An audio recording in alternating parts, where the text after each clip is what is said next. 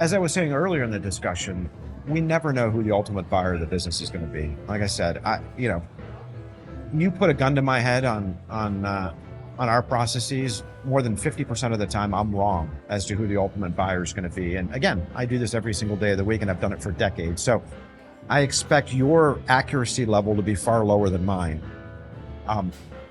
So we want to cast a wide enough net. We want to think about strategic or industrial buyers, those folks that are in the industry that are going to buy the business, as well as we want to think about private equity, the financial sponsors out there, as well as non-industrial buyers. And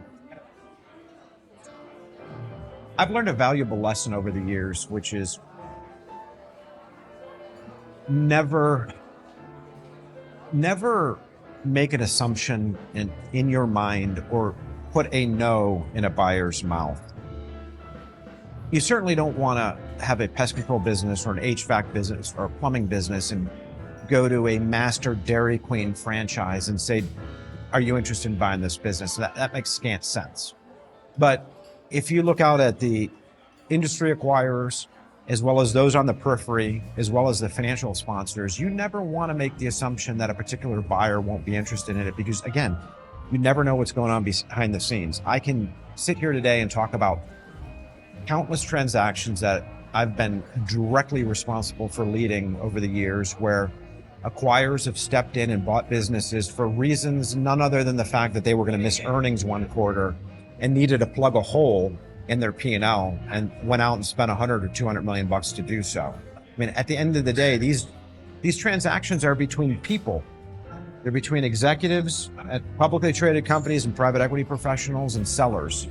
And motivations are often not extremely abundant or evident to us. If you've got I can give you a transaction that I'm working on this very morning, is a cross-border transaction between a US and a European company that targets in Europe, the acquirers in the United States. The only reason why this deal is taking place, and the only reason why it's taking place at the price at which it's being transacted at, is because this particular acquirer has tens of millions of dollars in trapped cash outside the United States. And if they were to repatriate that cash, they'd have to pay a large tax on it. So is it a deal that I think they're entirely thrilled about doing? Probably not. Is it a price that they really want to be paying? No.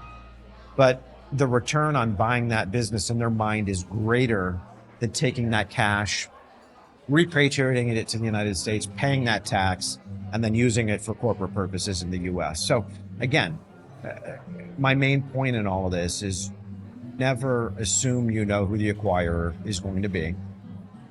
Keep a very, very open mind. Always take control of the process. And again, I'm not going to go into extreme detail on this today because I've talked about it in a ton of detail on the Buzz.